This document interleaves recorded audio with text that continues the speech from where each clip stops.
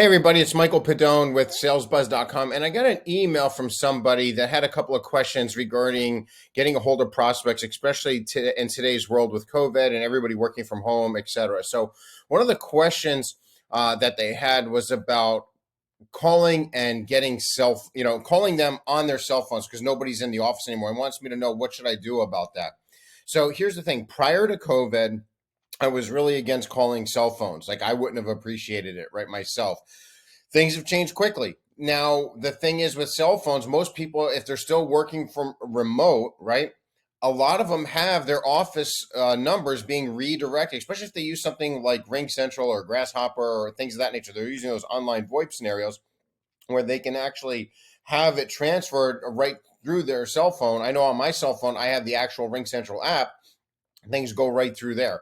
So with that being said, you can still call their primary number. Sometimes it'll get transferred right to that. And if not, then call, if you have their cell number, then I think it's more acceptable to call their cell number. I think it's also, believe it or not, I was against this at first, again, pre-COVID. Now I'm finding success with it is after I call voicemail, send a quick email, but I also can shoot them a quick text. Hey, just left you a voicemail regarding XYZ, right? So the thing is this, is you have to adapt. You have to get rid of some of those fears a little bit. One of the things, the emails that this person sent to me, is that the people are sounding rude when they call. So you have to go back to Sales 101. And first of all, make sure that the people that you have on your prospecting list, are they your target audience? Are they the people most likely to have a problem that you specialize in solving? Now, they might not have to recognize a problem first, right? That's okay. But do they match the criteria of chances are, whether they realize it or not, they have that problem that you can help them solve. And by you quickly agitating a pain or scratching an itch within the first few seconds of your opening value statement when you call them, can you bring that problem to the surface to pique their interest?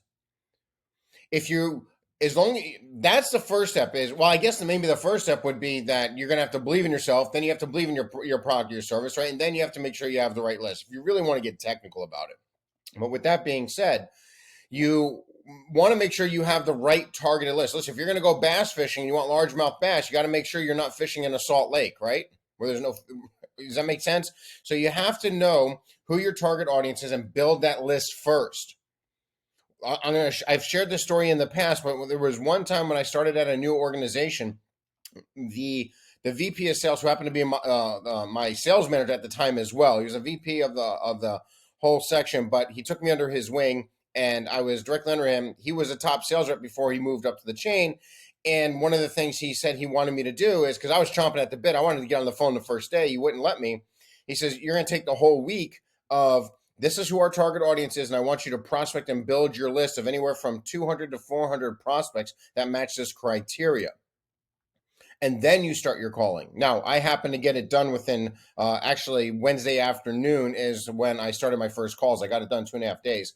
With that being said, right, I was very motivated to get that list, but it taught me to build that list first. And then so what happened is I had a solid list that I could do a ton of dials through.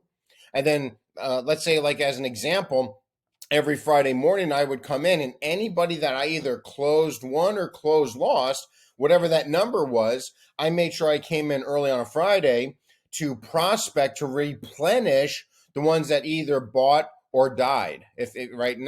Meaning, right, they buy or they die, right? So that was one way for me to go ahead and always have that number there. But then I always had that solid base to always make my dials, which leads me to the next thing is you have to have intent, right?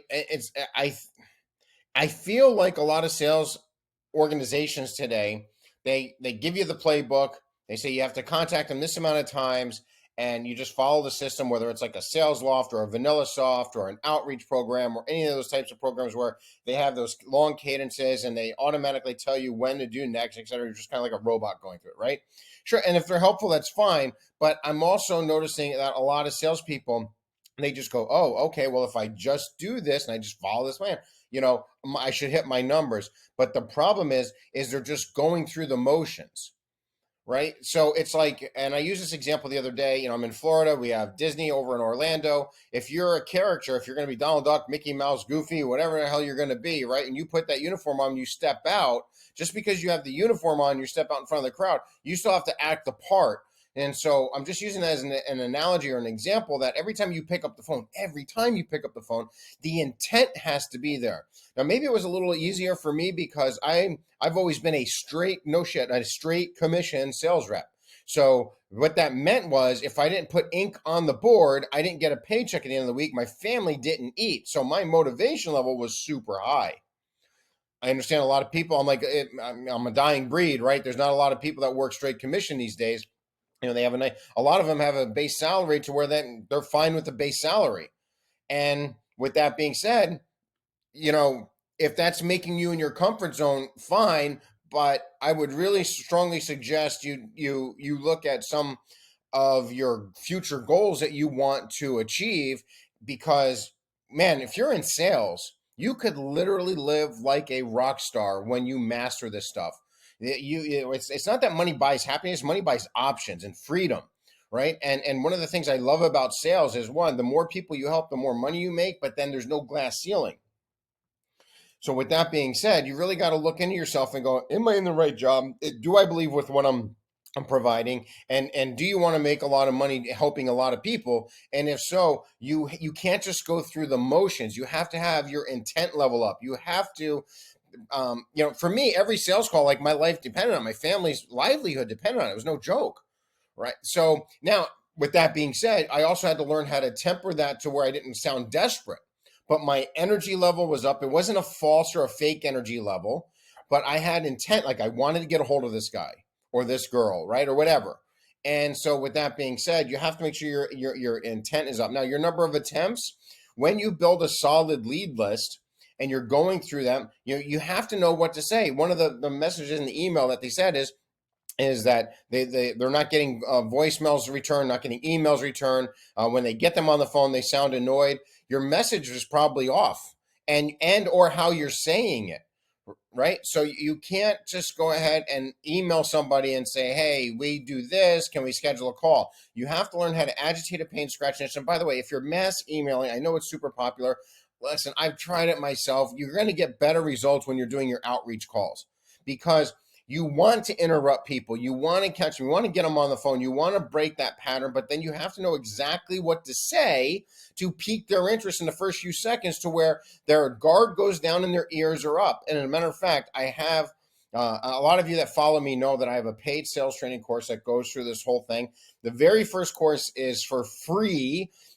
The actual full course on this subject is for free, and you can get it if you go to our website, salesbuzz.com. You can find it there, the free trial, where it'll show you how to build an opening value statement and to pique interest and gain their permission to continue the call right out of the gate. So I would definitely look at that if you're struggling, and then compare that to what you're actually saying now, and then see if there's you're going to find the problem areas in that scenario. Okay. So you can fix what you're saying so you can pique their interest and get them on the phone. The other thing too is you're going to have to get creative. One of the ways first of all, SalesBuzz is my second company. My first company I built and sold was a marketing company, but when I first started that, and that was back in 2002, one of the things that I used to get to lift off when I didn't have a lot of capital, matter of fact, I didn't have any capital, because back then, if you remember, 2002, the dot-com bomb was happening, and I happened to start a company then, right? So there was no capital. So how was I going to get leads? And there weren't things like uplead.com and Seamless AI and all that stuff back then. So I could go purchase some leads, and I needed to get some for free anyway. So what I did was I did webinars. And I think webinars have kind of fallen by the wayside. It might be a great time to bring some of those back. I know we're starting to do them again. And so if you think about it, if you have a problem that your target audience, that your target audience has that you can solve, create a webinar, email your database, get them to register. Don't pitch your product or your service on the webinar. Simply go ahead and solve that problem. And then all the people that register for that webinar series, follow up with them, make those initial out calls afterwards, and you'll have some fresh, warm leads there. And just do that once a month if you have to, because then you're gathering and you're offering something of value. And if you do it to a big enough audience, you're going to find certain people that recognize that they have a bigger problem and they want to see how you can help solve them. So these are some of the ways you're going to have to get creative on some of these things to capture their attention. But make sure you have the right list. You know who your target audience is. Make sure that you have the right intent and the right motivation. And you're going to have to get to work. Now, also, I don't agree with calling somebody. I just saw another report from Topo or some website or something like that mentioned that you now have to do 26 outreach attempts in 2 weeks or whatever. Dude, that'd be harassment. The best strategy I found is call, voicemail, email day 1, call, voicemail, email day 2, call day 3, and then maybe once a week after that for the first 30 days, and then every 30 days thereafter. And if I have enough leads and I'm going through that, right? And so watch this. If I know I have a call block between 9 and 10, I'm calling all my first time calls, call, voicemail, email, right? Between 10 and 11, I'm doing all my second attempts. So let's just say I started on a Monday, and from 9 to 10, I called all these people for the first time. Called them, left a voicemail, sent an email, maybe even sent them a text, right? The ones I didn't hear back from, Tuesday between 10 and 11, I'm going to do the second attempt. Wednesday between 11 and 12 will be the third attempt. Got it?